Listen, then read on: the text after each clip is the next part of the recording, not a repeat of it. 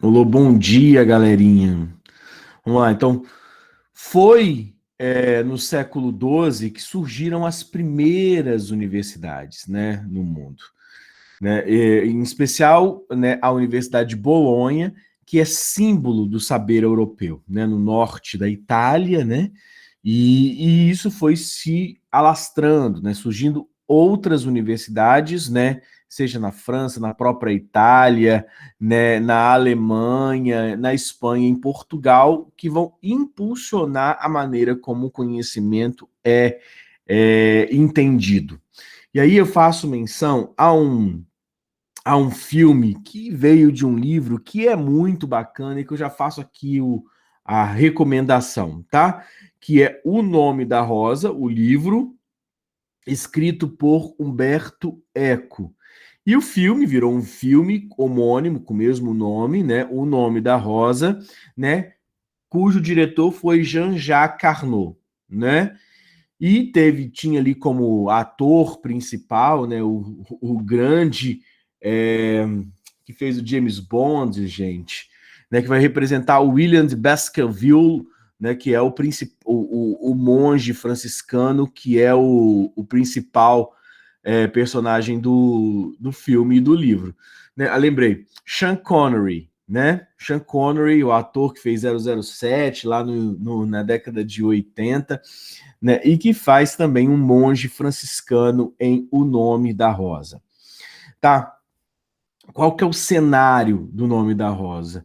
Né? Então, se dá numa abadia dominicana, né? O filme, e digamos, quem vai investigar os assassinatos que estão acontecendo nessa abadia, né, é um monge e o seu aluno, né, um monge franciscano. Quando você já pensa a perspectiva, assim, a referência de um monge franciscano, você já sabe que nós estamos, então, por volta ali do século XII, do século XIII mesmo, né? No período da escolástica e no final, né, assim, nos anúncios do final da Idade Média, né? Então, a patrística agostiniana, né, platônica, né, ela surge com os primeiros padres, né, patrística, padre, né, com os primeiros teólogos cristãos. A escolástica, escola, nasce com as primeiras grandes escolas ou universidades, tá? E por que eu estou fazendo referência ao filme, ao livro de Humberto Eco, ao filme de Jean-Jacques Carnot, O Nome da Rosa? Né? Porque a gente tem ali um cenário que é o seguinte: não havia ainda a imprensa, né, de Gutenberg, que é um dos sinais da modernidade e do Renascimento. Ou seja, os livros ainda eram copilados por monges. Tanto que tem a expressão monge copista.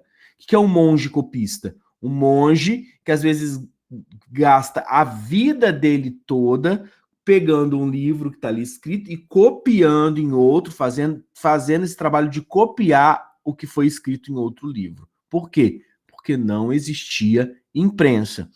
Então, as bibliotecas na antiguidade, no período medieval, eram grandes centros de conhecimento e geralmente estavam ligados à igreja dentro de monastérios, dentro de abadias, justamente por conta desse trabalho de transcrever o livro para levar aquela informação para outra universidade, para outra escola, para outro monastério, para outra abadia, né? Então, o conhecimento era uma questão ali economicamente privada e ligada à igreja. Então, a grande massa da população não tinha acesso ao conhecimento, né? Então, essa realidade da inexistência de uma imprensa. Então, a metodologia das aulas, né, geralmente era o quê? Com um professor que lia o texto, né? Ele lia o texto para os alunos. Por que esse trabalho de leitura do texto? Justamente por inexistir, né, a possibilidade de que cada aluno tivesse o seu texto e pudesse estudar por aquele texto. Então, a escolástica tem as suas primeiras didáticas pautadas na leitura daquilo que era o conhecimento. O livro de Humberto Eco, né, que é uma ficção, né, o filme de Jean-Jacques Carnot, O Nome da Rosa, revelam outra característica que é da ficção mesmo ali, mas que existia esse problema no período medieval, que era como incorporar a filosofia aristotélica à teologia cristã, ou como adaptar, como utilizar aquela filosofia que era considerada tão forte e ao mesmo tempo tão herética aos preceitos cristãos. Né? Um dos grandes exemplos ali é que Aristóteles, né, dizia que o mundo sempre existia, sempre existiu, né? Que então a Bíblia dizia que o mundo tinha sido criado em um determinado momento, né? Então, como conciliar essas coisas? E, obviamente, São Tomás de Aquino vai ser o grande expoente dessa conciliação, tá? Então, beleza.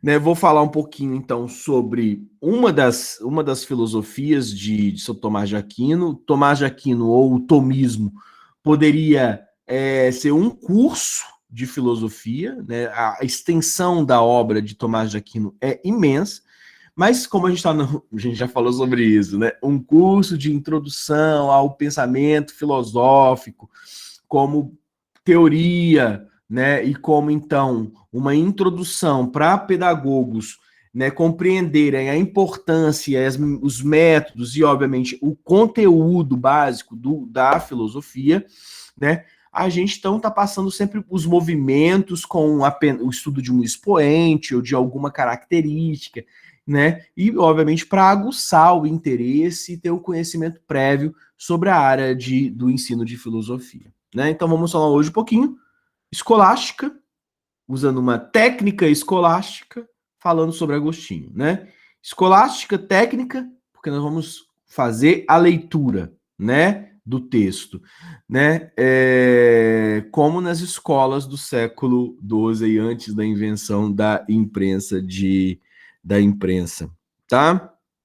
Então, né, a gente está falando das principais, no momento do nascimento, né, no século III, das principais universidades europeias, né? Paris, né, que foi a Sorbonne, né? Colônia, Bolonha, Roma, Nápoles e Tomás de Aquino está inserido neste contexto, tá bom? Tomás de Aquino, assim como Agostinho, era um monge, né, então um religioso, e ele estava imbuído, então, é considerado um dos 33 doutores da Igreja Católica, tá? A principal incursão de Tomás de Aquino vai ser sobre a teoria ontológica, ou seja, a metafísica entre ser, ente, o ente real, o ente lógico, transcendentais, que são espécimes teóricas da filosofia aristotélica, elementos teóricos da filosofia aristotélica, né, mas que nós não vamos adentrar. Eu quero hoje aqui mesmo me concentrar na teologia, tanto que o título de vocês lá está Filosofia da Religião ou Teologia em São Tomás de Aquino, falando sobre as 5 vias ou as 5 provas da existência de Deus, tá bom? Esse texto já está na sala AVA para vocês, tá? E eu vou, então, hoje, agora, iniciar a leitura. A cada parágrafo, eu dou uma paradinha e explico o que a gente está lendo, tá bom? Vamos lá, então. Deus, para Tomás, é o primeiro na ordem ontológica. Gente, toda vez que você vê a palavra ontológico, ontos, em grego, significa ser. Logos, lógica, razão de, né, conhecimento de. Então, ontologia é o estudo, o conhecimento do ser. É a disciplina que busca compreender o ser. Professor, que ser? O ser de qualquer coisa, tá? O ser enquanto essência, o ser enquanto aparência, aquela discussão que nós começamos lá nos pré-socráticos com Heráclito e Parmênides, né? Afinal de contas, o que é o ser das coisas? Ou o que faz as coisas serem elas mesmas? Ou como nós, entes, participamos da ideia de ser, ou participamos da natureza, da essência de ser, e como nós nos constituímos enquanto ser alguma coisa. Ou seja, uma reflexão sobre o eu sou, o tu és, o ele é, se nós somos o que temos, se nós somos o que podemos, se nós somos alguma coisa em essência. Então, ontologia é sempre uma reflexão sobre o ser. Então, Deus, para Tomás de Aquino, né, é o primeiro da ordem ontológica, mas não na gnosiológica. De novo, uma palavra difícil, né? Gnosiológico também vem do grego gnose, que significa conhecimento, tá? Seria parente de episteme, né? Conhecimento. Então, Deus é o primeiro que se constitui enquanto ser, mas não o primeiro enquanto conhecimento. Isso significa o quê, afinal de contas? Isso significa que não se capta imediatamente. Mas por via não se capta o quê? Deus. Nós não entendemos Deus. Deus não cabe na nossa cabeça, tá? Mas por via de inferência a partir de seus efeitos. Ou seja, nós conhecemos Deus pelos efeitos de Deus e não pelo que Deus é. Deus é o primeiro a se constituir enquanto ser, ou seja, Deus é a fonte originária do ser, não se é senão em Deus, e, ao mesmo tempo, e aí, gente, Deus aqui, obviamente, está se falando Deus de uma compreensão judaico-cristã, ocidental, né, ou islâmica, esse Deus, né, das religiões abraâmicas, né, um Deus uno, que é trino, né, mas pode ser interpretado como o divino, ou o eterno, ou aquele que é, e que pode ser múltiplo em outras religiões. Fato é, a interpretação de Tomás de Aquino coloca que Deus só pode ser conhecido pelos efeitos de Deus, e não por aquilo que Deus é, mesmo ele sendo a primeira ontologia. Nesse sentido, nosso filósofo formulou 5 demonstrações da existência de Deus, conhecidas com o nome de 5 vias ou 5 provas, tá? A primeira via é a via do movimento, parte da consideração de que tudo o que se move é movido por outro, e que, portanto, para não terminar em um regresso ao infinito que nada explicaria, é preciso admitir um primum movens, né? Em latim, um primeiro movimento, que não é movido por nada, e este é Deus. Vamos lá, vamos dar um exemplo. Se eu pego alguma coisa aqui, a chave, e para ela se mover, eu tenho que transferir energia para essa chave, né? Porque se ela deixar ali parada, Newton, né, falou sobre isso também, ela tende a ficar parada, né? Então vocês pensam assim, nossa, Newton, genial, né? Olha que Newton. Newton, obviamente, se baseia para construir a sua física, né, em filosofias, em físicas anteriores, né? E aí tá Aristóteles e Tomás de Aquino ajudando Newton, né? Então, se eu deixo a chave paradinha, um corpo tende a ficar parado, a não ser que ele transmita movimento, né? Ou seja, eu pegar a chave aqui e vou jogar a chave, aí ela vai estar em movimento.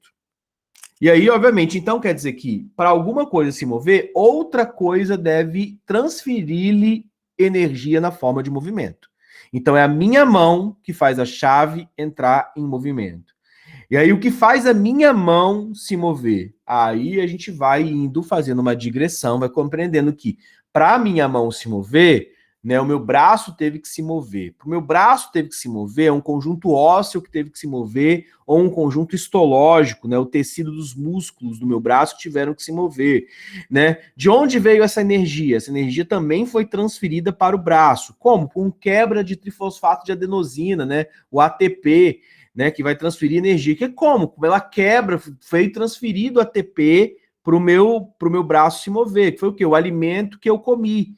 Né? Sem comida não tem a energia. E como chegou, ou seja, a gente vai chegar e sempre ter explicações de onde veio aquela energia ou de onde veio aquele movimento, com leituras mais simplistas ou com leituras mais tecnológicas, mais contemporâneas, mais anatômicas, fisiológicas. Mas fato é que nós vamos começar a falar de onde veio, de onde veio, de onde veio, de onde veio, de onde veio, até você chegar e falar assim, veio de Deus.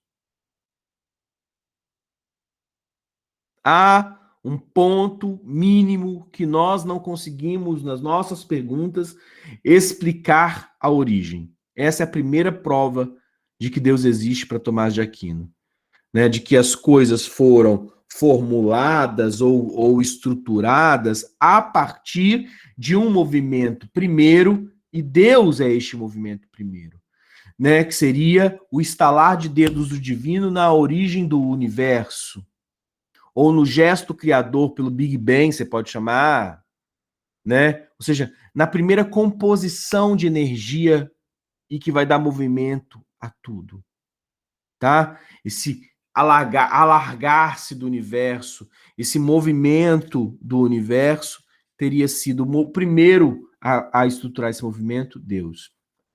E por que Deus e não outra coisa? Porque Deus refere-se a uma experiência lógica e a uma experiência do possível para além da ideia de acaso, né? Ou seja, surgiu do nada. Aí a pessoa pode falar assim: este nada de onde surge, né, é o divino, né? O que vai dar ordem, né, cosmos ao caos seria Deus. O que daria movimento, primeira estruturação de tudo que existe. Então, primeira prova de que Deus existe.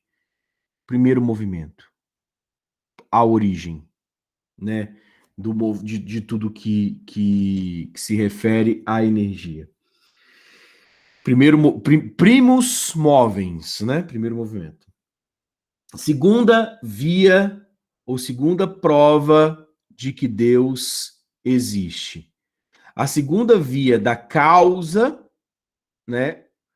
A partir da constatação de que, então, a primeira via, movimento. A segunda via, causa, né? A partir da constatação de que nenhuma coisa pode ser causa de si mesma. Deduz o fato de que deve existir uma causa primeira e não causada, que produz e não é produzida, que se identifica com um ser que se chama Deus. Então, além de Deus ser, para Tomás de Aquino, o primeiro movimento, Deus se constituiria também como a primeira causa. Como assim causa não causada? É aquilo que não foi, que tudo que existe, eu sou causa de uma combinação genética do meu pai e da minha mãe, né? E eles, por sua vez, dos seus pais. E os seus pais, por sua vez, de todos os ancestrais. Então, a humanidade é causada, né? Ela surge de um evento criador da reprodução biológica. Agora, ao mesmo tempo, todas as coisas que são inventadas também são causadas. Aqui o caderninho dos 10 anos do Educimate.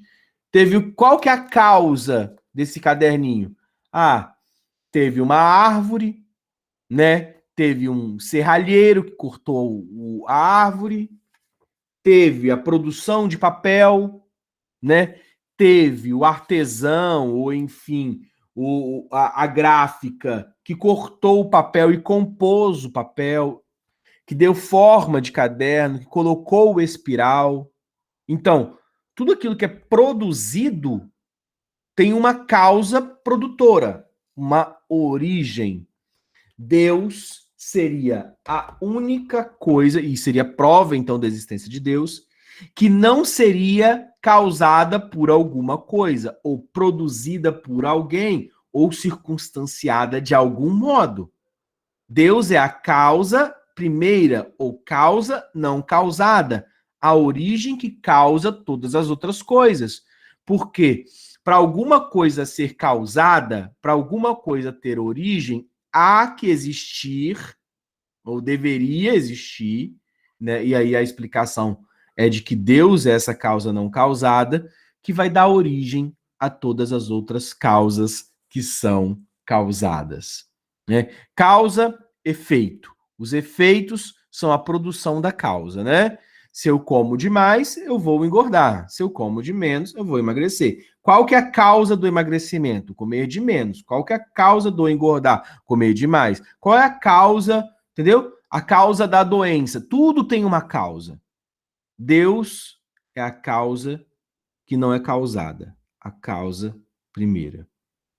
Tá? Então, essa é a segunda prova de que Deus existe. Até porque a gente tem, para ter a ideia de que as coisas surgem, né? Lembra lá dos contrários, né? Tem que existir alguma coisa que não surge. É uma consequência lógica. Do mesmo jeito que se existe o claro, existe o escuro, existe a verdade e existe a mentira, existe o bonito e existe o feio. Ou seja, se todas as coisas fossem frias e não existisse o calor, não existiria nem o frio, porque só existe frio, ou noção de frieza e de quentura, são sensações porque nós comparamos as temperaturas, né? Do mesmo jeito que existe uma causa, uma origem, existe uma coisa que não foi originária, que permite que eu tenha a noção de que as coisas são originárias. Esse não originário aí é o divino, é Deus, o que não foi originado. Márcia, pode perguntar. Professor, eu estava dando uma olhadinha aqui no texto que o senhor colocou no AVA. Uhum, Primeira pergunta: vai cair na prova esse conteúdo, certo? uhum, Aí o texto tem algumas páginas que no início ficou tipo assim meio esbranquiçado e a gente não uhum. consegue ler o que está lá. Eu tô Aí eu não lendo, sei se o Márcia. senhor tá vendo também, né? Eu tô lendo o texto. Eu vou ler o Sim, texto. mas na primeira página não, vamos dizer aqui, o Uhum. que está pior é na terceira página em diante, que Não, tudo não bem, dá mas mesmo para mas enxergar. aí eu vou ler o texto todo. Ok, Tranquilo? então enquanto você lê, a gente tem que ir anotando, né? Não tem problema, eu faço outra impressão. Pode deixar que eu mudo lá então para ficar tranquilo, tá bom? Tá, muito obrigada. De nada. Vamos lá então, gente. Aí a terceira prova de que Deus existe, né, para Tomás de Aquino. A terceira via de Tomás é a via da contingência, tá? Parte do princípio de que o que pode não ser,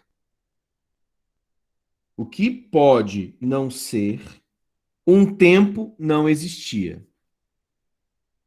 De novo, parte do princípio de que o que pode não ser, um tempo não existia. Se, portanto, todas as coisas podem não ser, elas são contingentes. Um dado momento, nada existia na realidade. Porém, se isso for verdade, também agora não existiria nada. Porque o que não existe não começa a existir a não ser por causa daquilo que já existe. A menos que não exista alguma coisa a menos que não exista alguma coisa de necessariamente existente. De outra forma, ou concluindo, nem tudo pode ser contingente, mas é preciso que haja algo necessário e é aquilo que costumeiramente se chama de Deus. Professor, não entendi nada. Você fica tranquilo que eu vou, né, ler de novo e dar exemplos até que você entenda. Vamos lá. Outra característica da filosofia escolástica e da filosofia de Tomás de Aquino, ela é extremamente lógica. Ela segue os princípios da lógica aristotélica, tá? Então, estamos falando de um campo da lógica, tá? E vocês vão ver que as 5 provas, todas elas são provas lógicas, né? Que funcionam praticamente como jogos mentais, né? Olha, Deus é o primeiro movimento. Por quê? Nada se moveria senão por outra coisa. Como há que ter um primeiro movimento, o primeiro movimento a gente chama de Deus. Beleza? Primeira prova. Tá tranquilo? Tá. Beleza. Segunda prova, da causa. Se todas as coisas são causadas, há que ter existido uma primeira causa que não é causada, ou uma origem. Esta origem, ou essa primeira causa não causada, a gente também chama de Deus. Pode chamar de outras coisas, né? Mas se comumente chama de Deus. Por quê? Deus é o conceito de perfeição, tá? Que é inclusive a quarta prova, tá? E vamos lá, contingência. A ideia de que aquilo que é contingente é aquilo que pode ser ou não ser alguma coisa, tá? A gente chama isso na clínica, né? A gente pode chamar assim, quando fala assim, a pessoa reclama da vida que não encontra alguém para ser feliz. Ó, vou pegar aqui, ó, vou fazer até coach hoje aqui agora com vocês, ó. A pessoa está lá e reclama da vida. Eu não encontro um parceiro romântico, uma pessoa legal e bacana, parará. Não encontro essa pessoa, não existe essa pessoa. Aí, se você tivesse isso no meu consultório, eu ia falar: você está dando chance às contingências? Aí você ia perguntar assim, tipo, professor, ou terapeuta, né? Como assim dando chance às contingências? É dando chance às condições do viver. Para você não ser alguma coisa, para você mudar o seu status ou mudar a sua percepção. Aí você fala assim, como assim? Beleza. Se você não acha alguém bacana, o verbo achar indica procurar. Se você não acha, será que você está procurando nos lugares certos? Eu só acho, professor, gente que me quer pinguço no boteco. Ué, mas se você só dá chances às contingências do boteco, se você só vai no boteco, é óbvio que você vai achar só pinguços. Se você está querendo um outro tipo de homem ou outro tipo de mulher, né, outro tipo de relacionamento, não vai ser no mesmo lugar que você encontrou todos os errados que você vai encontrar o certo. A chance disso é estatisticamente ínfima. Percebem a questão da contingência? Então, a contingência é aquilo que pode, ou o princípio daquilo que pode não ser. Eu, no meu viver, eu posso ser e não ser coisas. Isso são as contingências. Eu posso ser alguém de um modo e depois de um determinado tempo da vida eu posso falar: "Ah, vou ser outra coisa". Tá? Vou me estruturar ou me pensar de uma maneira diferente, né? Então, isso são contingências, né? Dar uma chance às contingências significaria dar uma chance às aptidões ou possibilidades do próprio viver que vão te mostrar outros caminhos. Beleza. Se existe aquilo que pode e aquilo que não pode ser, ou seja, existem as contingências ou existem as possibilidades, há que existir uma coisa que não é contingente. Ou seja, que não é possibilidade. Aquilo que não é possibilidade é uma questão necessária. O que me é necessário? Necessário, ou seja, aquilo que não me é contingente. A vida, por exemplo. Ah, não, professor. A vida não me é necessária, tanto que eu posso morrer. Vocês já estão entendendo, então, o que é contingência? O existir neste mundo, ele é todo pautado por contingências, porque são condições que eu posso ser e que eu posso não ser. Então, a vida me é necessária? Não. A vida é uma contingência enquanto escolha.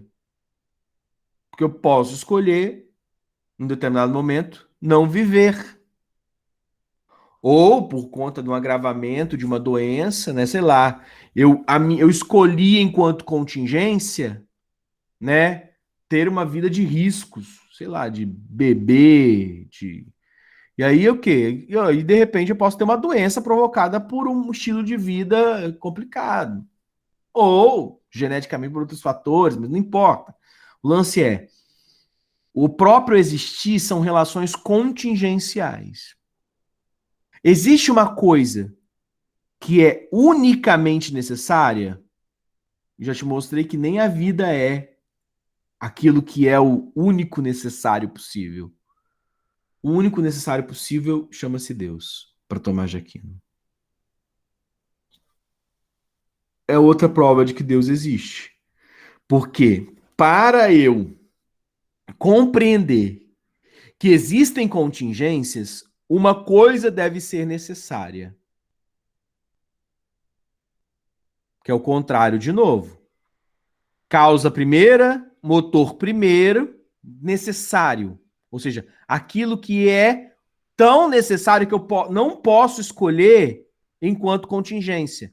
Porque se eu puder escolher, não é o necessário. Então, concluindo, né? Nem tudo pode ser contingente, ou nem tudo pode ser ou não ser. Né? A frase lá de Hamlet no Shakespeare, ser ou não ser, eis a questão. Eu, enquanto humano, posso me colocar em diversos momentos da vida entre o ser e o não ser, entre escolher uma coisa e outra, entre pensar algo e pensar outro, entre comer algo e comer outro, entre comer e não comer, entre viver e não viver, entre lutar e não lutar. Então, tudo o que existe está circunstanciado no universo de contingências. Deus seria o contrário da contingência, aquilo que a gente chama de Deus é a única coisa que é o necessário, né? Isso daria se eu tivesse aqui numa catequese, né, num culto aqui, daria uma boa missa, um bom culto, né, falando sobre Deus como o necessário, né? Mas essa é a terceira prova de que Deus existe. Pode falar, Fernanda. A contingência não necessariamente vai ser uma escolha, né? Pode ser uma consequência de alguma coisa. Sim, mas é sempre algo entre o ser e o não ser. Mas, por exemplo, não pode ser uma coisa que não é que eu tenha escolhido ser ou não ser, mas que a vida me fez ser ou não ser, né? No caso. É muito fácil pensar assim, né? Mas o lance é que a vida, porque a gente nos desresponsabiliza. Mas nós temos parcela de culpa sempre nesta vida aí entre as contingências. Mesmo que você ache assim, isso aconteceu porque, sei lá, foi a vida que trouxe. Mas sim, você está correto. Mas ainda nesta vida que trouxe ou aconteceu, são contingências em que eu participo da escolha. Entendi, professor. Obrigada. De nada, tá? Por exemplo, né, vamos pegar o fatalismo para deixar mais claro, Fernanda. Tipo assim, eu não escolhi viver aquele acidente de trânsito.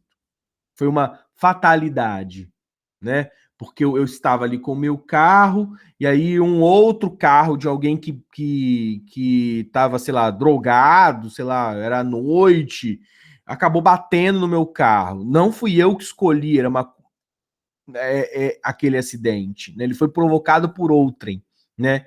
Fato é que mesmo provocado por outrem, eu estava naquele lugar e para estar naquele lugar eu tinha decidido estar naquele lugar. Então, o acidente ainda assim é uma contingência, mesmo sendo uma fatalidade. Mas fato Deus seria aquilo que não é contingente. Tá? Quarta prova ou quarta via da existência de Deus, que são dos graus de perfeição. Deduz da constatação empírica de que uma gradação de perfeição, né, bem, verdade, né, a existência de uma suma perfeição, que é justamente chamada de Deus. Eu prefiro entender isso aqui à maneira de Pedro Abelardo ou de Anselmo de Cantuária, né? Outros que vão falar sobre essa questão da perfeição e que vai chegar no próprio Descartes, né? Sobre o cogito, né? Isso aqui é res cogitans, que é aquilo que é pensado, ou a verdade. Deus faz parte a existência de Deus da perfeição para Descartes. Então, mas tá tudo aqui já entre os escolásticos e tá em Tomás de Aquino também. O que é isso aqui, né? Olha, o mundo me causa dúvidas. Vou pegar a linha aqui da interpretação de Descartes. O mundo me causa dúvidas. Eu não sei se aquilo que é certo e errado, nem sempre, assim. E nem tudo aquilo que é tão certo assim. Tá? Então, o mundo é imperfeito. As coisas são imperfeitas, né? Eu sou imperfeito, né?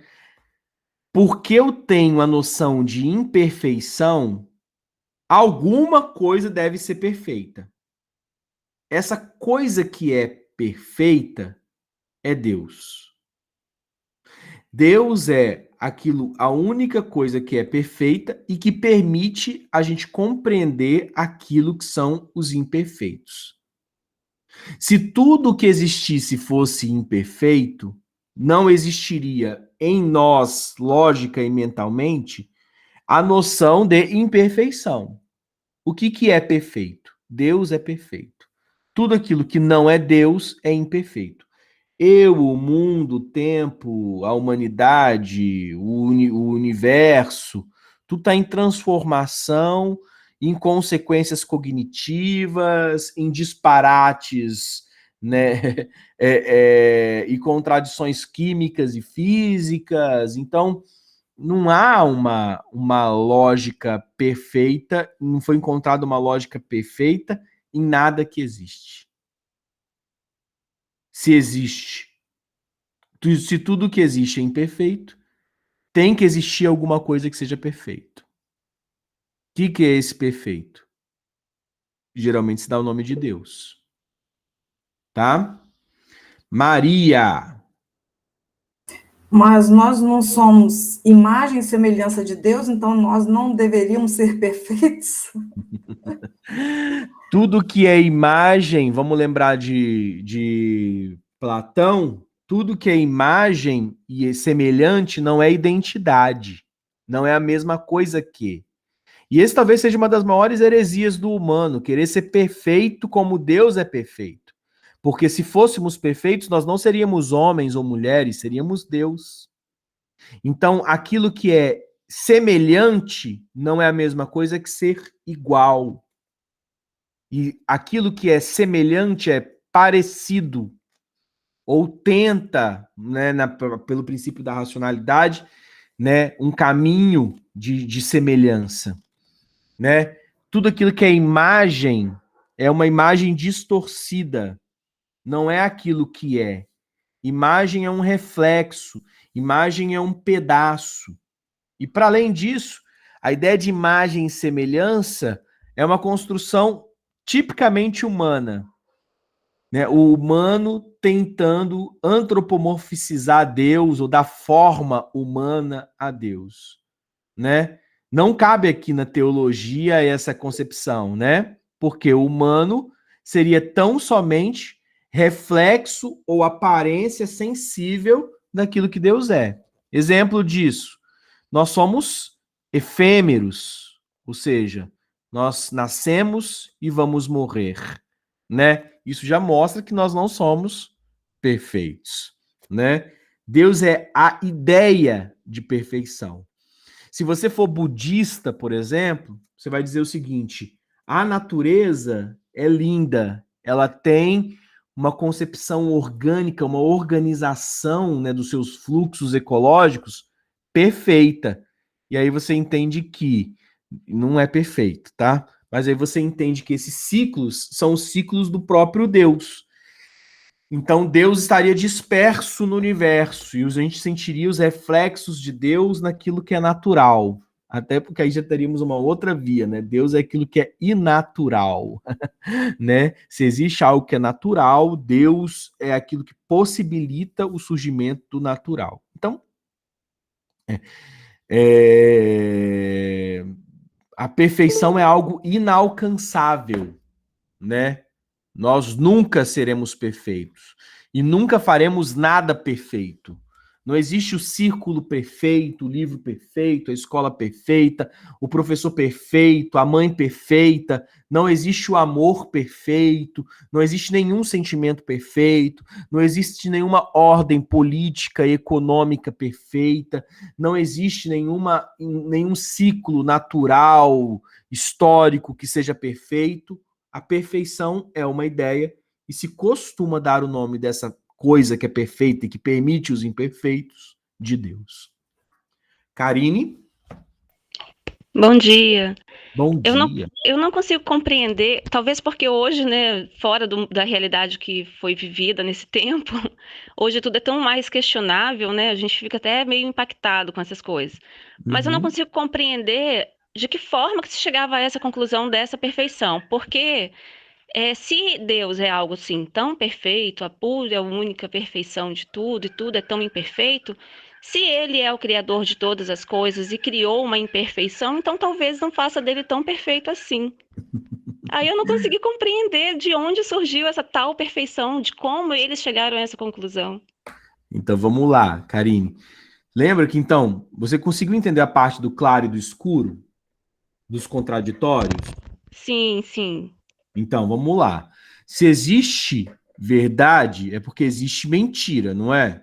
Porque se todas as coisas fossem verdades, não existiria mentira e nem verdade existiria, porque não faria sentido falar de verdade, né? Ou seja, a noção das coisas são produzidas por conta da manifestação ontológica do seu contrário, né? Eu só sei que algo é bonito, né? E, mas é bonito para mim e feio para você. Mas eu só tenho a noção intelectual de que uma coisa é um objeto estético bonito porque eu tenho, ao mesmo tempo, uma noção intelectual de que existem objetos feios. Os seus feios e os seus bonitos não são iguais aos meus feios e aos meus bonitos. A gradação entre a beleza e a feiura em você e em mim e em todas as pessoas, cada um vai criar uma métrica. Né? Do mesmo jeito que um ambiente pode estar super frio para você e eu estar sentindo calor. Né? Então, a noção de calor, né, e frieza são diferentes. Né? A métrica, né, a régua para dizer, né, o termômetro no caso da temperatura, né? Mas a métrica de cada coisa, cada pessoa aí vai funcionar para a construção das suas métricas. Agora, fato é, se todas as coisas fossem frias, não existindo calor, nem o frio existiria, porque eu só consigo ter noção de que alguma coisa está quente, porque alguma coisa está fria. Até aí tudo bem? Não, tudo bem, professor. É porque, assim, tá vendo como que todas as coisas surgem outros questionamentos. Porque, então, a gente vai pensar dentro dessa linha de pensamento que tudo se baseia pelo contrário. Então, é como se não tivessem prova de nada e tivessem que provar pelo contrário, entendeu? Tipo, eu fico sempre com essa dúvida. Tá dando um bug na minha mente. Sim, mas é justamente a lógica, mas eu ela estou funciona compreendendo. assim. A lógica funciona assim. Sim. Esse é o funcionamento da própria estrutura lógica. Nós somos seres, né, que constroem a sua cognição por intermédio das vivências comparativas. Nós vamos dizendo uma coisa é e vai fazendo descrição. Outra coisa não é, porque se fosse, entraria dentro de uma outra categoria. A ciência faz isso, inclusive.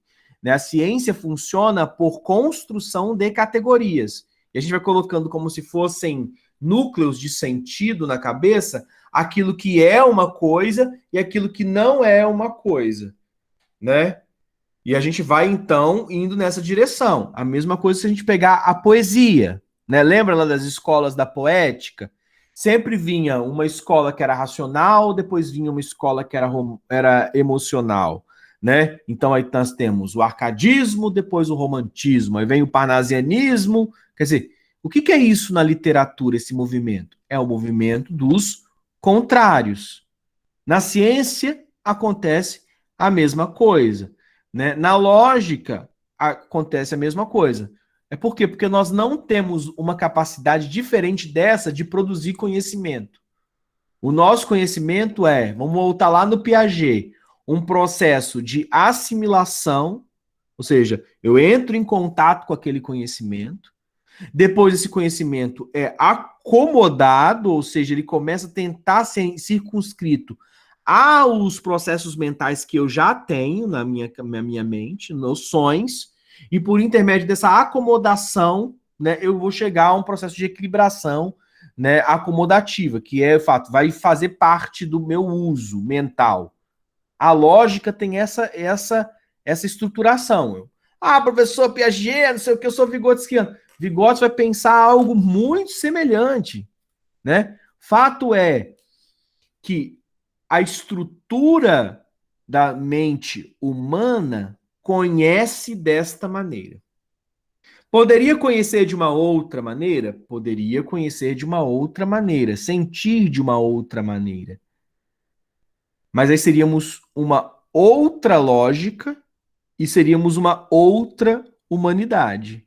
E a gente não consegue captar essa outra lógica ou essa outra humanidade. A gente não entende. Mas vamos lá. A cognição humana, então, tem a lógica, e a cognição estou chamando de conhecer, né? Acaba, então, fazendo a sua categorização, a sua construção de pensamento por intermédio dessa ideia de negativos, né? Dos contraditórios, né? Bonito, feio, claro, escuro, verdade, mentira, científico, não científico, direita e esquerda, lógico e ilógico, racional e não racional, e por aí vai, né? Eu aqui coloco a pegadinha ou a charadinha de alguém tentar mostrar algo que não seja conhecido desta maneira. Tem alguma coisa que pode ser pensado com uma estrutura de conhecimento diferente dessa? E aí, Karina, a beleza é justamente isso, né? É brilhante o seu questionamento, porque eu também já me vi várias vezes, eu me vi várias vezes nessa situação também, tipo, mas por quê? Por quê? Por quê? Por quê? Será que tem que ser assim mesmo? Tá? Eu vou chegar no final aqui, eu posso também, a prova, ela vai para o lado que você quer provar, né? Posso trazer provas também da inexistência de Deus, tá? De que Deus não existe.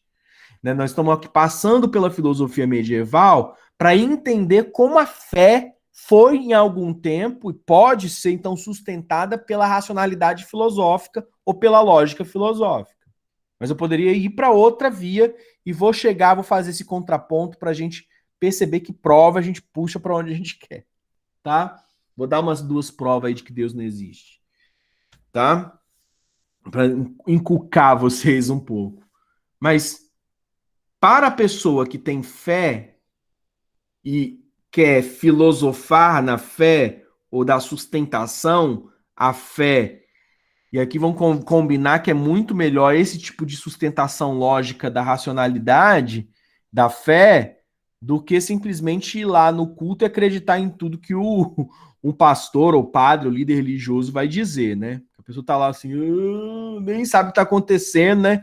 Se o cara fala que o mundo é verde, a pessoa às vezes fala, o mundo é verde. Né? Se o cara fala lá, tem que votar no fulano, que é legal, eu tenho que votar no fulano. Né? Então a gente vive ainda momentos muito complicados ainda de tentar dar ordem a isso que existe, né? Entre a fé e a razão. Mas vamos lá.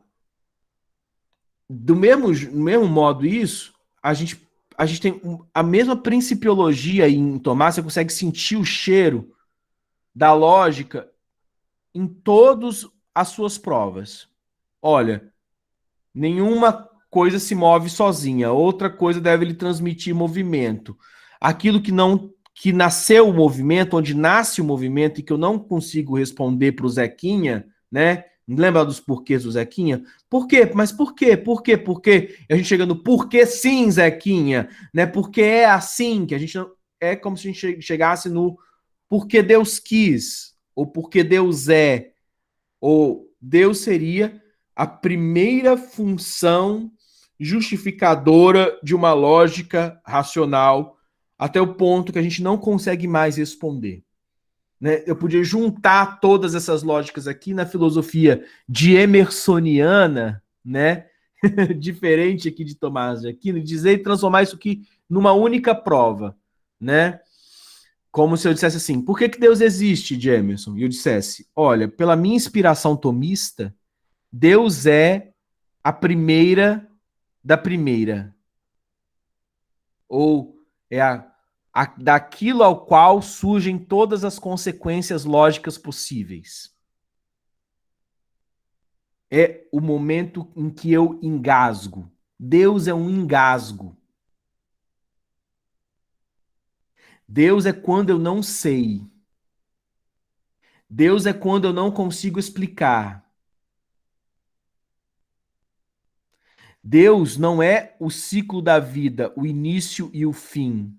É o para além do ciclo. É o depois da morte. Porque o aparente controle que eu tenho é entre o meu nascer e o meu viver. Então Deus é o descontrole. Deus se funda aonde nós não conseguimos controlar, que é o primeiro movimento, ou a primeira causa, ou aquilo que é necessário, que não possibilita contingências, ou a perfeição, ou a suma perfeição, da qual eu tenho, inclusive, a ideia de que todas as outras coisas são imperfeitas. Se tudo o que eu penso pela produção de um pensamento, né, óbvio, né? E nessa produção de pensamento, eu noto, eu entendo, eu compreendo, eu identifico, eu analiso aquilo que é imperfeito, eu só posso pensar no imperfeito porque alguma coisa deve ser o modelo perfeito. Esse modelo perfeito, a gente está chamando de Deus. Pode ser o Deus das religiões? Pode ser o Deus das religiões. Agora, pode ser também, se você tem uma estrutura de pensamento ateia, é a perfeição, a ideia de perfeição, a noção de perfeição, ou aquilo que está fora do tempo. Então, Deus pode ser uma ideia. Mas não é porque é uma ideia, se é, ela existe. Agora, se vai ter consequências na minha vida, se Deus fica com um binóculo em cima de uma nuvem, olhando para as coisas que eu faço e anotando num caderninho se eu vou para o céu ou para o inferno, isso aí vai depender da visão teológica da pessoa que vai estar circunscrevendo uma ideia do divino. Se Deus é um cara barbudo com uma batina branca,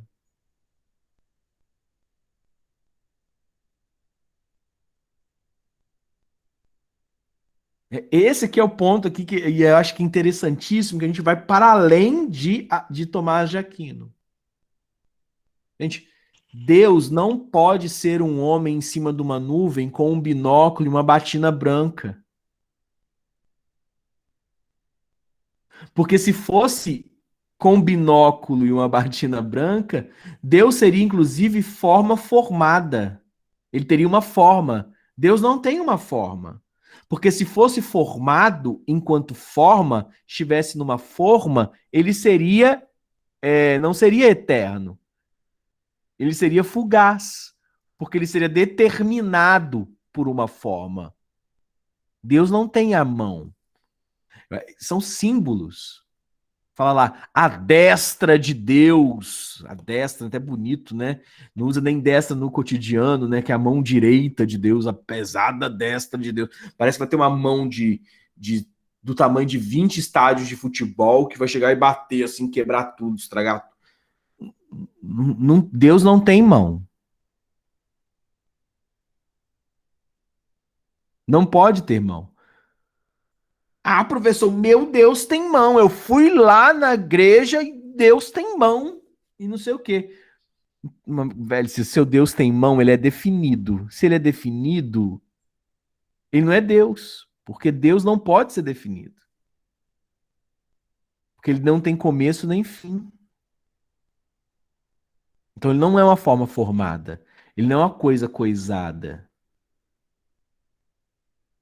E não cabe na cabeça humana. As pessoas querem ter essa experiência, sabe? Eu experimentei Deus. Você pode ter experimentado uma fagulha de uma experiência religiosa, espiritual, que te fez bem, que te fez reflexões. Mas se Deus pudesse ser colocado num vasilhame para você experimentar, Deus seria um artefato, uma coisa, e não seria Deus. Você sentiu o quê? A comunidade. Você sentiu algo próximo do que se espera que seja o divino. Percebem como que é diferente a teologia filosófica de outras manifestações, né?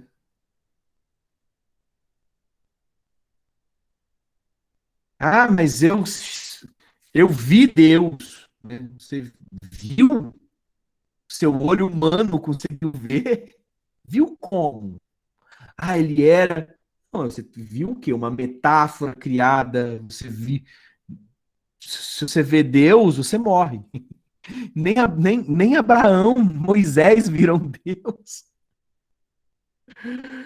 Mas vamos lá, então. Então, são provas, né, de que Deus, ou percepções do divino que mostram, né, que a filosofia tenta dar conta de, afinal de contas, existe ou não existe, tá?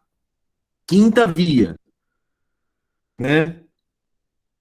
Então, passamos pela motor primeiro, né, ou seja, primeiro movimento, primeira causa, aquilo que não é contingência, ou seja, que é uma necessidade que sempre existiu, a perfeição, né? E a quinta prova, a quinta via é a do finalismo, que parte da constatação de que os corpos físicos operam para um fim. Ou seja, fim aqui, gente, é finalidade, né? Finalismo não tem a ver com fim enquanto término. É fim enquanto finalidade. Tudo que existe, existe para alguma coisa e é usado ou utilizado enquanto uma função. Então, os corpos físicos operam para um fim. E deduz que eles agem de tal modo porque são dirigidos por um ser inteligente, como a flecha do arqueiro. Ora, esse ordenador supremo é aquele que chamamos de Deus. Tá? Finalismo, então, a própria finalidade é tudo que existe, existiria por uma razão. A razão para a qual todas as coisas existem seria o divino, né? A ordem suprema do universo, da natureza, da ecologia, da função de tudo que existe, dos artefatos criados pelo homem, dos artefatos não criados pelo homem, da relação energética com o cosmos, aquilo que dá sentido, ordem nisso, porque as coisas são do jeito que são, essa ordem, ela é da finalidade, é uma lógica divina. Outro exemplo, vamos lá, finalismo. Gravidade. Se eu jogo a chave aqui, deixa ela cair, ó, gravidade. Ela cai para esse sentido. Eu posso passar aqui a minha vida toda jogando essa chave, ela sempre vai cair dessa maneira. Se ela cair de outra maneira, se eu soltasse ela, ela subisse, ela teria o quê? Nós teríamos uma outra ordem cosmológica, tá? Eu poderia estar dentro de uma nave espacial com um campo gravitacional muito menor, né? Não estaria não estaria circunstanciado ao campo gravitacional que eu estou agora, né, de 9,8 metros por segundo ao quadrado, né, estando aqui na Terra, há tantos ATPs, né, de pressão, mas tem aqui uma ordem física que a chave sempre vai cair para isso. Isso é uma ordem. Deus é a ordem. A racionalidade que faz as coisas funcionarem de uma maneira e não de outra. Se eu jogasse a chave, ela caísse para cima, para baixo, e de repente caísse para cima, né, que significa que não teria uma ordem. Ou a gente ainda ia tentar procurar uma ordem nisso. Essa ordem é entendida por Tomás de Aquino como sendo a existência de Deus. Tá? Aí o seguinte, esse é o resumo. E aí o texto, que eu vou trocar lá, né? Porque a Márcia identificou pra gente, deixa eu olhar aqui, tá com algumas partezinhas claras, né? Eu vou trocar lá, mas o texto começa a falar de cada uma dessas vias, né? Aqui, ó, segunda via, né? Terceira via. Ah, entendi aqui, tô vendo aqui agora, né? Não tem problema não, eu faço um outro agora e já troco esse aqui lá e coloco um que vai dar para vocês lerem tudo. Mas tudo que eu coloquei até aqui agora, tá nesse texto, eu expliquei, tá? Até chegar à quinta via. Beleza. Aí nós temos aqui um quadro resumo dessas 5 provas da existência de Deus, né? Então, Deus, as 5 provas da existência de Deus. Primeira via ou primeira prova do movimento. Tudo aquilo que se move é movido por outro. É preciso, então, crer na existência de um primo móveis ou do primeiro movimento, e esse justamente é Deus. Quinta via do finalismo. Existe um finalismo no cosmos, ou seja, uma finalidade, uma ordem cósmica. E isso explica a existência de uma causa inteligência e finalizante. Né? Quem dá causa ou ordem ao cosmos, a finalidade para todas as coisas? Deus. Terceira via, contingência. As coisas são contingentes, ou seja, podem existir ou não existir, podem ser ou não ser. Mas aquilo que pode existir ou não existir, há algum tempo não existiu, né? Ou seja, algo que não é contingente. Isso implica que houve um tempo em que nada existia. Mas assim que nós também agora, não deve existir nada, porque é impossível que aquilo que não existe comece a existir, a não ser por algo que já existe. É, portanto, necessário algo necessário. Este algo necessário, que não é, que pode não é ser ou não ser, ou que não tem possibilidade de escolha, é o divino. Segunda via, via da causa. Não é possível que exista uma série infinita de causas. Existe uma primeira causa não causada, que é Deus. Quarta via, grau de perfeição. Existem diversos graus de perfeição, né? Mas isso implica o grau máximo, que é perfeito e pronto, ao qual se referia. Essa perfeição é Deus. Aí, em cima disso, não coloquei o texto de Tomás. Pena, podia ter colocado, né? Um pedaço do livro do próprio Tomás, mas não vou colocar, não. O próprio livro do Tomás de Aquino, tá? Eu não vou acrescentar, tá? Um texto de filosofia mais introdutório e coloca um pouquinho de como Tomás O faz áudio assim. está cortando um pouco, eu não sei se é para mim só. Oi, estão escutando bem? Para mim também tá meio robótica a sua voz, Gemerson. Vou dar uma esperadinha, ver se vai normalizar.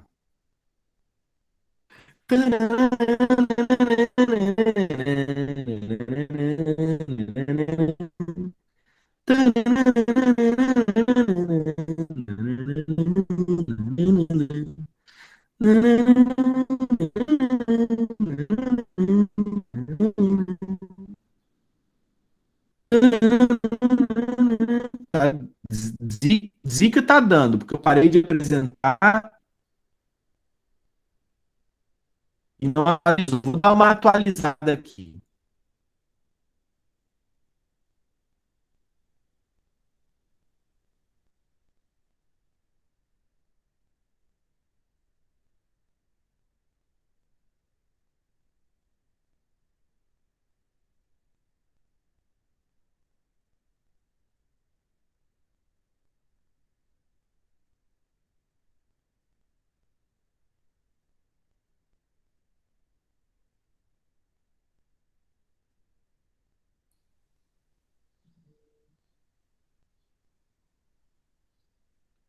Oi?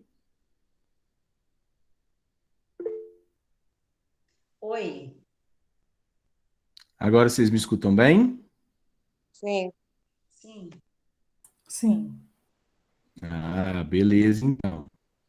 Deixa eu abrir o texto de novo.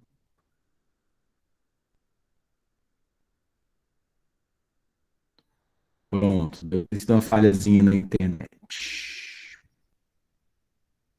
Deixa eu ver, tá gravando ainda, tá gravando normal.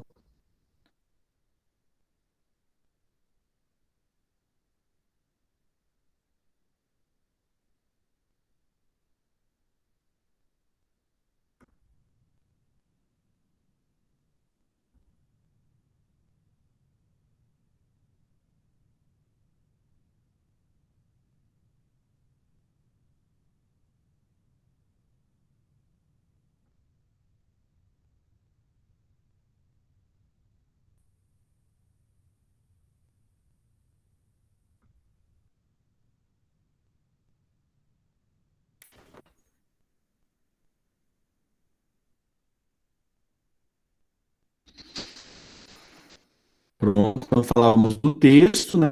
Vou trocar esse texto, tá, gente? Vou colocar um bacana. Aí, depois então, desse resumo aqui das provas da existência de Deus, eu coloquei um texto mais simplesinho, que é uma introdução ao Tomás de Aquino, colocando como é que ele faz, até influenciado por Aristóteles, né? Que é basicamente a visão cosmológica, né? Aristóteles diz que o universo sempre existiu. A Bíblia diz que o universo nem sempre existiu, porque ele foi criado em algum momento, né? Lá no Gênesis. E aí, para Tomás de Aquino, o mundo teve um começo, né? Mas Deus pode tê-lo criado de forma a ter existido eternamente. Percebem? Então, Tomás de Aquino consegue fazer uma síntese, juntar Aristóteles com a mensagem bíblica cristã, né? Deus criou o mundo, mas criou ele eterno, tá? Então, é essa perspectiva. A frase do Tomás de Aquino: nunca houve tempo em que não houvesse movimento. Isso vem do próprio Aristóteles. Então, Aquino utiliza do movimento de Aristóteles ou da filosofia de Aristóteles para construir a teologia. Deus poderia ter criado o homem sem humanos e depois criá-los. Então, a síntese de Tomás de Aquino consegue dar lógica à criação de tudo o que existiu, ou tenta compreender a eternidade do movimento, do surgimento das coisas, tá?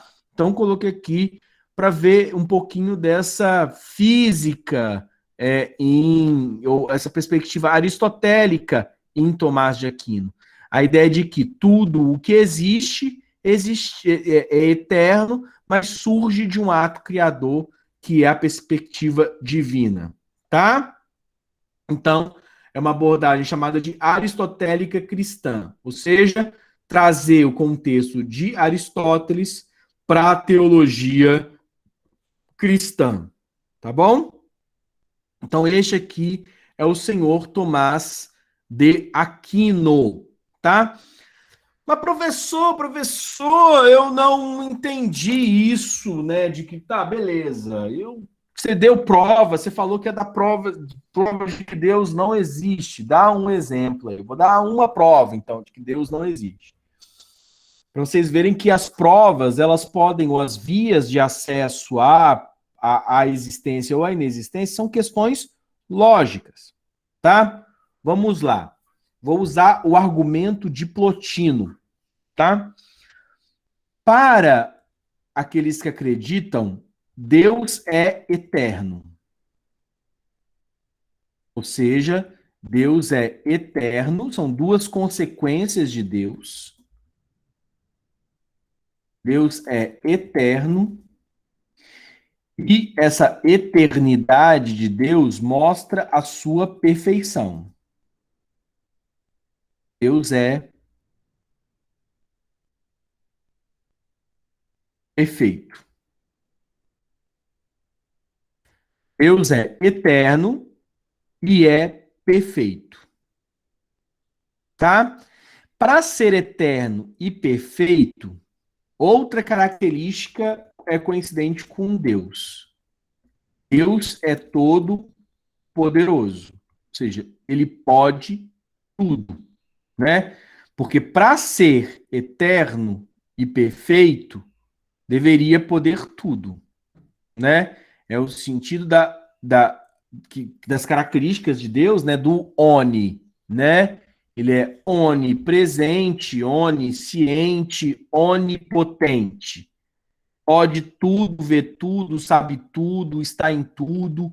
É oni. Deus é oni, né? Eterno, perfeito, poderoso. Oni. E Deus, para o cristianismo, é bondade. Tá? E aí, então, é lançado o problema do mal. Em Plotino. Se Deus é todo poderoso e é todo bondade, por que que existe o mal? Porque se ele pode acabar com o mal, porque é todo poderoso, e ele quer acabar com o mal, porque ele é bondoso, por que existe o mal? Aí o humano vai falar porque o homem é livre. E o homem é que produz a maldade na sua liberdade. Aí vem a pergunta do problema do mal. Por que, se o mundo, se os humanos são livres e escolhem o mal, porque existem crianças, por exemplo, que nascem com deficiências intelectuais? Para o espiritismo vai vir a noção de karma. Para o cristianismo vai vir a condição de herança.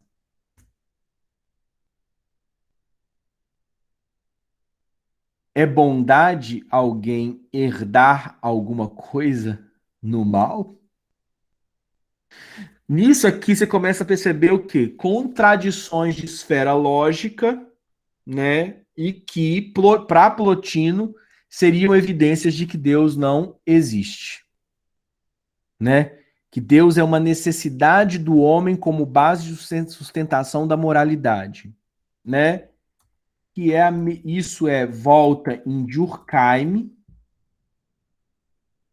que entendia que Deus é uma criação humana para ter moral, para as pessoas não saírem aí matando todo mundo, ou para criar uma ordem daquilo que é a ideia de certo, de errado, existiria Deus. Freud também é outro que não entende a existência de Deus, né? Para Freud, Deus seria uma invenção patrial, ou seria a necessidade de um pai que dá ordem à casa, e que é repetido também em Marx, né? Durkheim, Freud, Marx, todos vão ser herdeiros dessa tradição plotiniana não, gente, do problema aqui da ordem do mal, ou do problema do mal, Epicuro, né? Plotino.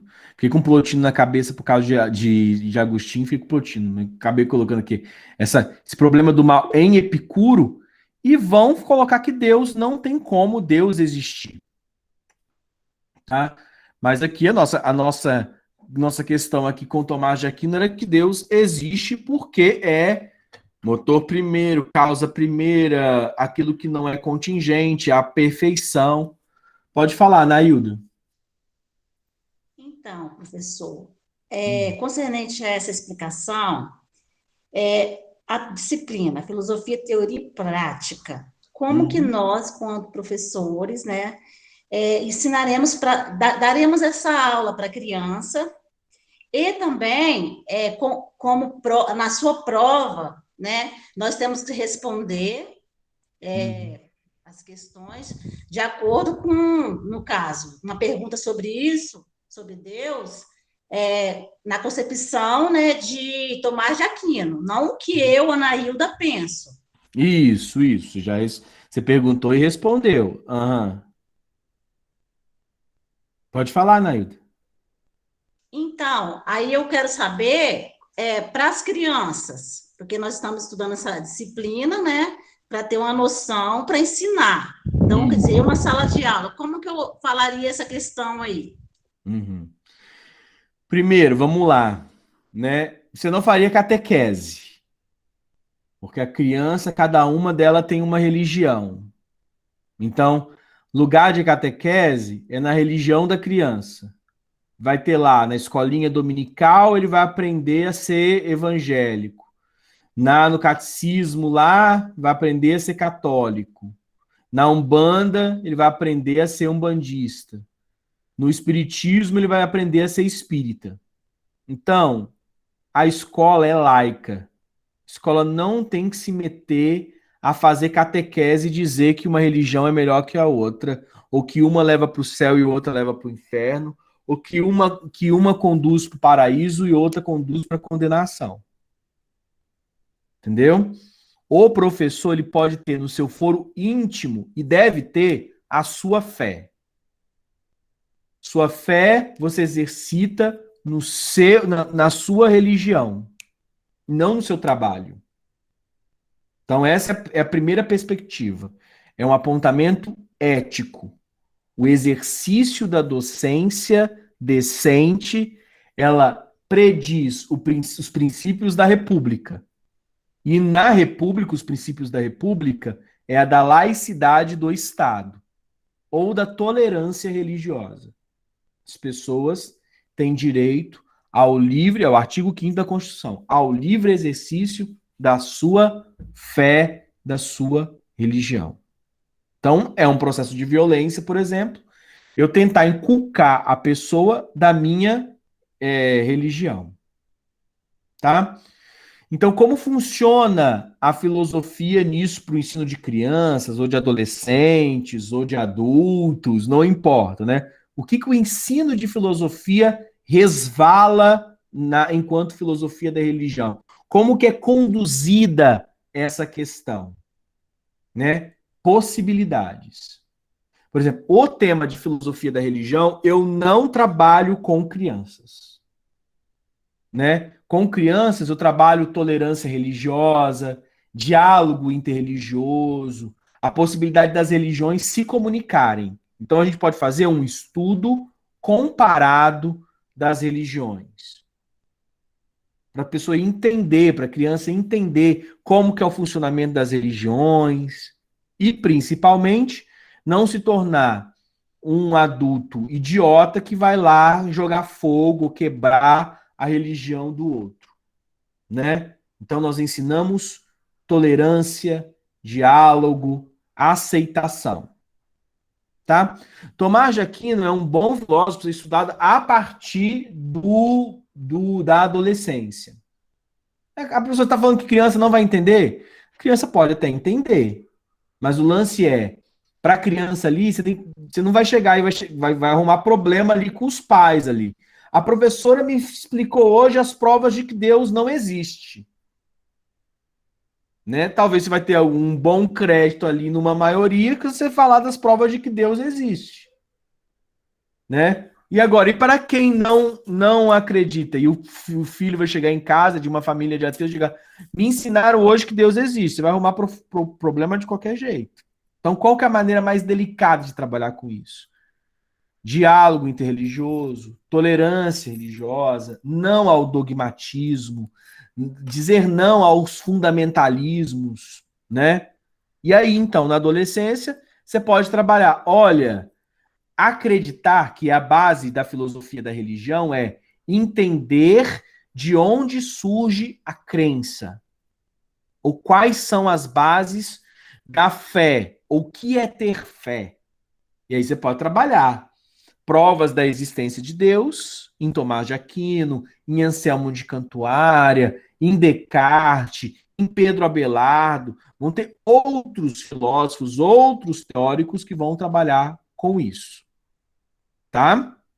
Então, você tem essa perspectiva, né, de poder trabalhar e buscar racionalidade nas coisas, né? E com uma visão comparativa também, né? Comparar, como que é isso, como que se dá, como que é o diálogo, como que é a aceitação nisso, né? Qual é o entendimento, como viver isso bacana e tal, né? E dando a possibilidade da pessoa fazer reflexões sobre isso, né? Beleza. Então, isso aqui se refere à docência em filosofia, né? Então, acho que ficou tranquilo, né? A perspectiva de que tem que ser gradativa, tem que ser pausada, tem que ter os momentos, né? Talvez com crianças não chegasse isso da prova, porque se você dá a prova de que existe, você também tem que mostrar que existem provas que não existem. Isso traria talvez muito mais confusão do que discernimento, do que razão. Né? Eu vou agora para a questão da prova. Anailda, você tem alguma dúvida com relação a isso do ensino? Professor, no caso, por exemplo, numa aula dessa, pode acontecer de uma criança ou adolescente não concordar, entendeu? Ter uma opinião diferente. Por exemplo, algumas coisas que o senhor falou, eu não concordo, mas eu estou quietinha, por quê? Porque é uma aula e eu tenho que falar referente ao Tomás de Aquino. Então, pode acontecer também de uma criança, alguém não concordar. Aí a gente tem que respeitar, no caso, mas tem que... E na hora da prova? Ela vai responder de acordo Beleza, com... Anailda. Anailda, o que você discordou do Tomás de Aquino ou de quem? Não, eu não quero falar agora, porque vai render muito, entendeu? Mas eu quero só entender, Então, vamos lá. O aplicar. seu rendeu. Você concordou com tudo que o Tomás de Aquino falou, você não concordou agora com as provas da inexistência de Deus. Não foi isso? Não, foi depois que você falou sobre a questão do bem e do mal. Então, que é agora da prova de Epicuro, da prova da inexistência de Deus. Então, é por isso que eu falo que a posição do docente não é de catequista ou de líder religioso, entendeu? Por isso que eu estou colocando, inclusive, essas discussões mais para o ensino médio, tá?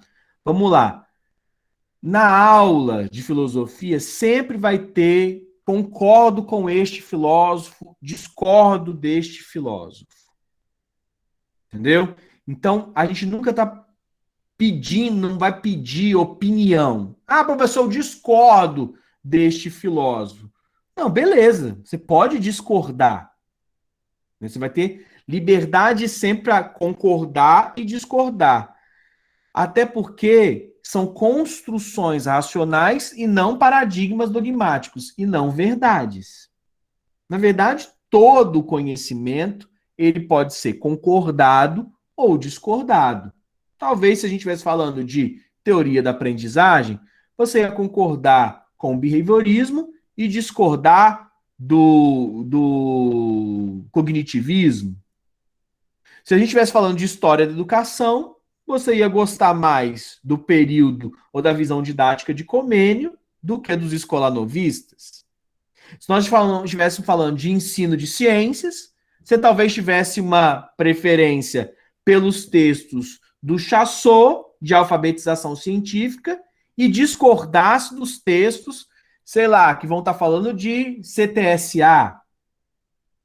Então, no conhecimento, você pode ter suas opiniões de concordar e discordar de qualquer ponto de vista ou de qualquer paradigma.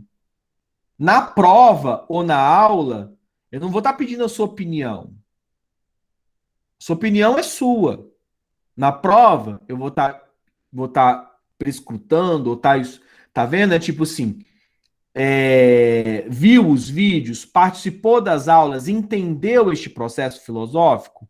Ou seja, eu vou estar perguntando a opinião não da Anailda e nem a opinião do Jamerson, nem do João, nem de Tainã, nem de Luana, nem de Patrícia, nem de Júlia.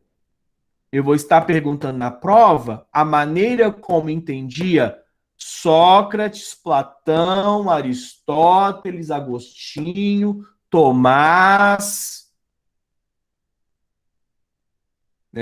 Parmênides. Assim. Vou estar lá. As perguntas não vão estar lá assim. Você concorda com a visão de fulano? Se você vai falar se eu pedir se você concorda com a visão de fulano, você vai falar concordo. E vai justificar. Concordo por conta disso. Ou discordo. Discordo por quê? Por conta disso.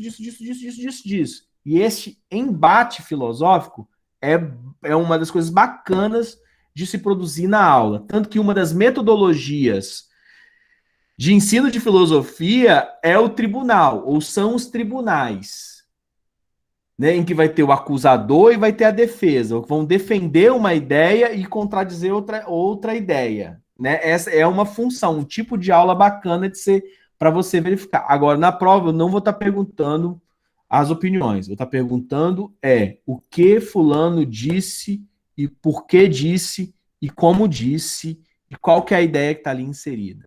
Tipo, o que é, como Platão entende o mito da caverna. Como se estrutura a prova da perfeição em Tomás de Aquino. Né? Quais são as contradições entre o ser e o não ser em Parmênides? Ou explique a frase de, sei lá, de Sócrates, sei que nada sei. Vai ser assim. Eu vou fazer o seguinte para ajudar vocês já nisso também, tá? Essa aula vai entrar aqui hoje. E hoje eu vou colocar também, agora vai ter prova do pessoal da disciplina de Paulo Freire, tá? Então eu vou fazer o seguinte, enquanto os meninos começarem, estiverem fazendo a prova lá, eu vou estar fazendo um questionário, que são os exercícios, que é o que ficou faltando nas nossas lições. Porque até hoje eu coloquei lá sempre o quê? As nossas aulas aqui síncronas, né? Acho que eu coloquei uma que eu falei mais lá, que foi assíncrona, não sei, mas são as nossas aulas síncronas aqui semanais que eu fui acrescentando ali no nosso conteúdo, né? Eu vou colocar também um materialzinho, tipo um resuminho de cada um dos filósofos, né? Apesar de recomendar fortemente que vocês estudem pelas aulas, né? Pelas coisas que eu falei nas aulas, ou seja, revejam os vídeos. Eu vou colocar também uns textos. E vou colocar um exercício, um questionário, com algumas perguntas. Slides não, Samara. Slides não. Já até expliquei numa aula aqui por que eu não coloco os meus slides. Já foi aparecer meus slides lá em outra aula. Entendeu? O slide ali vai ser acompanhado com a minha voz e com a minha cara. Entendeu? Então, vai acontecer, então, você vai rever os vídeos, né? E vai ter ali os textos. E eu vou colocar um exercício, né? Um questionário, tá? Então, eu vou colocar lá um exercício do tipo... Não é do tipo questionário do Moodle, não, tá? A prova vai ser do tipo questionário do Moodle. Vou colocar um questionário com perguntas, né? Vou dar 2 semanas para vocês fazerem, até depois, não precisa entregar na semana que vem, que é a semana da prova, mas se quiser entregar também é porque é bom fazer isso aqui para estudar. Para a prova, então. Mas eu vou dar um prazo maior de 2 semanas para a entrega deste questionário e ele vai valer 20 pontos. Qual que é o tema? Filosofia antiga e medieval. Então, vai estar lá um questionário valendo 20 pontos. E a prova, semana que vem, ela vai abrir no horário da aula, né, e fechar no final. Então, vai ser de 7 às 9, 2 horas. E vai valer 30 pontos. Ok? Então, um questionário para vocês estudando para a prova, valendo 20 pontos, 2 semanas para fazer. Tema, filosofia antiga e medieval, a prova semana que vem, 2 horas, 30 pontos. Daí eu vou estar online, eu vou abrir a sala aqui. Se alguém tiver algum problema com a prova, vocês podem me questionar ou conversar comigo pelo WhatsApp, né? Vocês têm o meu número também. Professor Delzica aqui, abre de novo, faz não sei o quê. A gente vai e conserta ali, arruma as coisas. Mas vocês já estão no 5º período, já estão craque, que não estão igual os calouros aqui, né? Sem saber como é que faz prova no Moodle, né? Aquela coisa de vocês lembrarem, né? De não ficarem escrevendo todas as perguntas e apertar Enter no final lá para salvar, porque às vezes, por inatividade, o AVA, ele desliga. Vocês sabem que isso acontece, né? Então é melhor responder as perguntas num Word, num outro aplicativo de edição de texto, e depois colocar as respostas, né, para você não correr o risco de perder aquilo que você fez. Vocês já sabem como é que funciona. Mas beleza, então vai ser assim. Exercício, um monte de perguntas, vou colocar lá umas 30 perguntas, tá? Né, valendo 20 pontos, né? E a prova na outra semana valendo 30 pontos. É isso. Entendeu, Anailda? Professor, muito obrigada pela resposta, entendi. De nada. Mais alguma dúvida, pessoal? Professor, eu só viajei aqui um pouco, desculpa. Tranquilo, Tainá. Vai ter esse questionário antes da prova, você falou? Sim, eu vou colocar hoje já esse para vocês já estudarem para a prova. É um exercício, vale 20 pontos, mas ao mesmo tempo você está estudando para a prova. Tá bem, obrigada. Porque as questões vão ser muito parecidas, talvez até iguais.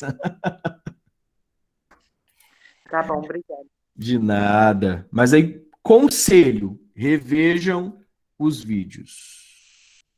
Revejam as aulas. Tá bom? É isso.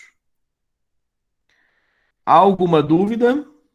Professor, na verdade, é sobre a prova, mas pode ser particular. É porque eu não vou poder estar no momento, de 7 às 8, provavelmente. Eu até tinha avisado semana passada. Eu tenho uma perícia médica, e é nessa data. Não tem como eu trocar o horário. É 7 horas da manhã. Você vai estar em casa de novo que horas? Então, esses negócios demoram, entendeu? Então, eu não posso garantir que eu consiga Não, terminar. então você faz a prova na outra semana. Eu abro uma prova para você durante a outra aula. Quando a gente já estiver explicando a aula aqui, eu abro uma outra prova para você semana que vem. Quem tiver o mesmo problema ali na hora ali, faz a prova a prova de recuperação que eu dou na outra semana. Eu abro a outra prova. Não tem problema não. Tá, no caso então, professor, se eu conseguir resolver o negócio lá rápido, eu tento entrar, mesmo que seja 1 hora só, eu termino logo. Não precisa fazer isso, fazer doideira não. Você faz a prova semana que vem, né? Vai se prejudicar à toa? Pra quê? A perícia é importante, você vai fazer a sua perícia, na outra semana você faz a prova. Não tem problema nenhum. Certamente vão ter outros que vão faltar a prova. Sempre tem, Anailda. E aí eu deixo fazer, aí enquanto eu estiver dando a aula da outra semana, eu vou estar dando aula sobre renascimento, né? Só tá comigo aqui na aula, eu abro a prova para você. Você vai entrar e falar, professor, lembra que eu fiquei sem prova. E vai ter outras pessoas que vão falar, professor, eu também não consegui fazer, tal. E vai fazer a outra prova, não tem problema não. Ok? É isso, queridões. Alguma dúvida mais? Então, perfeito. Beijo grande, bons estudos. Daqui a pouco eu já coloco lá o questionário com as perguntas. Vou montar aqui um questionário aqui, obviamente de exercício, e mudar o material, né? Márcia viu lá, o material tá ruim, tá com umas coisas claras. Eu vou fazer um outro e colocar lá bonitinho também de Tomás. Vou colocar alguns outros também com resuminho de outros filósofos que a gente estudou também. Qual que é a matéria da prova? Que é filosofia pré-socrática, Sócrates, Platão, Aristóteles, Agostinho e Tomás de Aquino. Beleza? Beijo grande, pessoal. Tchau, tchau e até a próxima aula. Valeu!